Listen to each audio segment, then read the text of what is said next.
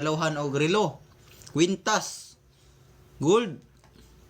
Depende kasi dyan sa kaya ng mga mamasang maduna para sa ilahang love life ng mga bata pa. Piltok mo na, inungod mo na. Karon sa mga batanon po nga bahay nga, mga uyab-uyab nila mga tiguang, mga retired army, retired marine, retired navy, dagkog regalo na. Pero nay kapalit na buldos-buldos yun. Muna giingon mga idol nga. Tanan ihatag mga idol na siya kapalit. Tagaan man kag motor, pero pasak yun yung hantod-hantod. Mga giingon dili ka magreklamo kay pura man kag binayran ana kay tagaan man kag regalo. Tagaan kag relo, tagpilang relo, tag 9,000. Ang baylo ana ungad-ungad. Real talk na ha, mga batanon karon, mga baye.